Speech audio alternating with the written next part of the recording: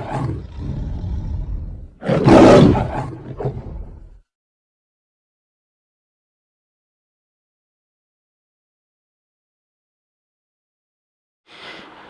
My dear friend, this is Shiva Rathore from nature Paris series. My dear friends, आज के episode में हम जिस सक्सेस से रूबरू करा रहे हैं उनका नाम है मिस्टर शशांक यादव। शशांक यादव समाजवादी पार्टी से एमएलसी हैं और जुझारू कार्यकर्ता समाजवादी पार्टी के हैं। लखनऊ लखीमपुर से हैं। माय डियर फ्रेंड्स, आज की कहानी शशांक की जुबानी हम शशांक से आपको सुनवाते हैं। सर नमस्कार। नमस्कार जी, नमस्कार। सर आप ये बताइए, जो आज महंगाई जो चरम सीमा पे है, संक्षिप्त में बताइए, इसके बारे में बोलिए। आप लोग विपक्ष में हैं तो आप क्यों नहीं ऑब्जेक्शन करते इसका? संक्षिप्त में जवाब दीजिएगा सर।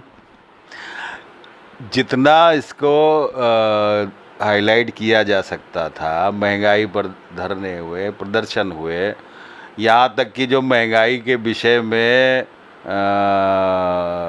मोदी जी और स्मृति ईरानी जी जो बोल चुकी थी, वो सब कैप्शंस चलवाए गए, लेकिन इस सरकार पर कोई असर नहीं पड़ेगा, किसी भी लेवल पे नहीं पड़ेगा। ये सरकार कहीं से भी मजबूर है कारपोरेट के हाथों में, क्योंकि जितने भी महंगाई का इन्होंने बड़ा स्पष्ट एक अप्रोच है इनकी। एक्साइज के जरिए पैसा कमाना है। 12 लाख करोड़ रुपए से ज़्यादा खाली डीजल पेट्रोल में आ चुका। डीजल जाएगा, जब डीजल महंगा होगा तो ट्रांसपोर्टेशन महंगा होगा, ट्रांसपोर्टेशन महंगा होगा तो चीज़ों के दाम बढ़ेंगे। सीधा सीधा पेट्रोलियम पदार्थों की कीमतों से जुड़ा हुआ है और इन्होंने अंतर्राष्ट्रीय बाज़ार में दाम कम होते जा रहे हैं, ये एक्साइज ड्यूटी बढ़ाकर अपना, क्योंकि इनकी जो पॉलिसीज़ हैं वो पॉलिसी कहीं पर भी जनता को सीधे लाभ नहीं पहुंचा पा रही हैं। Good sir. नया सवाल बनता है कि आपकी 4 बार सरकार बनी उत्तर प्रदेश के अंदर, तो आपने जो है आपने क्या विकास किया, अपने बारे में बताइए सर। चीज़ें खुद बोलती हैं। जी सर। कुछ कहने की ज़रूरत नहीं है। आप 2012 से 2017 के बीच में उत्तर प्रदेश की जीडीपी का बढ़ोतरी देख लीजिए। हमने विरासत में मायावती जी की सरकार से जो 6-6.5% की जीडीपी थी, उसको एंड जब हमने किया तो हम 11.4 तक पहुंचा दिया गया था। हमारा बड़ा सीधा सीधा कंसेप्ट था कि राष्ट्रीय अध्यक्ष जी हमारे माननीय अखिलेश जी हमेशा कहते हैं कि America made roads and roads made America. सड़कें ही किसी देश को बनाती हैं और इसीलिए हमने हिंदुस्तान का सबसे लंबा, दुनिया का सबसे लंबा एक्सप्रेसवे का कंसेप्ट यहाँ पर आगरा एक्सप्रेसवे में दिया और 22 महीने में रिकॉर्ड टाइम में बना के दिखाया कि अगर सरकार चाहे तो क्या नहीं हो सकता है। और यही कनेक्टिविटी ही बढ़ा सकती है। जो कन्या विद्याधन था, जो बेरोजगारी का भत्ता था, समाजवादी पेंशन थी, ये ट्रिकल डाउन होकर पैसा सीधे जनता में जा रहा था, वही पैसा सर्कुलेट हो रहा था। आज की तारीख में भी जनता, अगर मोदी जी चाहते हैं अनाज बांटेंगे तो अनाज से पैसे का सर्कुलेशन नहीं बढ़ रहा है, अनाज भी बांटें।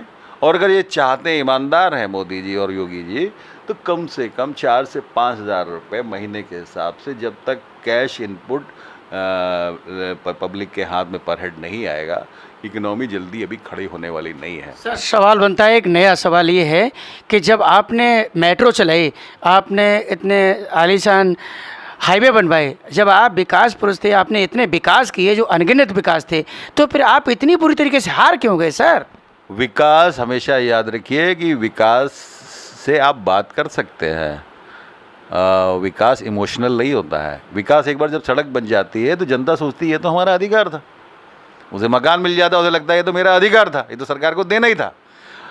और बीजेपी इस मामले में बहुत होशियार है, इसकी हम तारीफ़ करेंगे। जो अपने दुश्मन की भी जो चालाकी होती है उसकी, कि वो झूठ भी इतनी खूबसूरती से बोलती है कि लोगों को सच न लगता है, और जो नहीं है उसको दिखाने की कोशिश करती है। उनकी सारी योजना देख लीजिए कि 22 में ऐसा होगा, 24 में ऐसा होगा, 27 में ऐसा होगा, और जो आज नहीं है, जो था कि भारत सोने की चिड़िया था, भारत विश्वगुरु था, हम विश्वगुरु बनाएंगे। बीच में क्या है, उसे हमारी मजबूरी है कि हम ज़मीन पे खड़े लोग हैं। हम आज की बात करते हैं, वो पूर्व में क्या था और भविष्य में उसका सपना दिखाएंगे। उनका झूठ हमारे सच के मुकाबले ज़्यादा सुनहरा, खूबसूरत लगा लोगों को, लेकिन झूठ के भी पैर नहीं होते हैं, धीरे धीरे उतर रही है उन लोगों के दिमाग में। और ये जो फासिस्ट सोच के लोग होते हैं, इनको हटा के, जैसे आप सोचो कि भाषणों से नहीं हटते हैं, वो जनता के सामने नंगे होते हैं। और आज की तारीख में इनका एक जो बीभत्स सोच है वो जनता के दिमाग में आ चुकी है, क्योंकि इनका भाषण मुसलमान और पाकिस्तान के बिना पूरा नहीं हो सकता, ये जनता समझ चुकी है। विधायक जी, आपने जो अमूल्य समय में से समय दिया, इसके लिए आपको बहुत बहुत धन्यवाद। मैं आपका शुक्रिया अदा करता हूं सर। जय हिंद सर।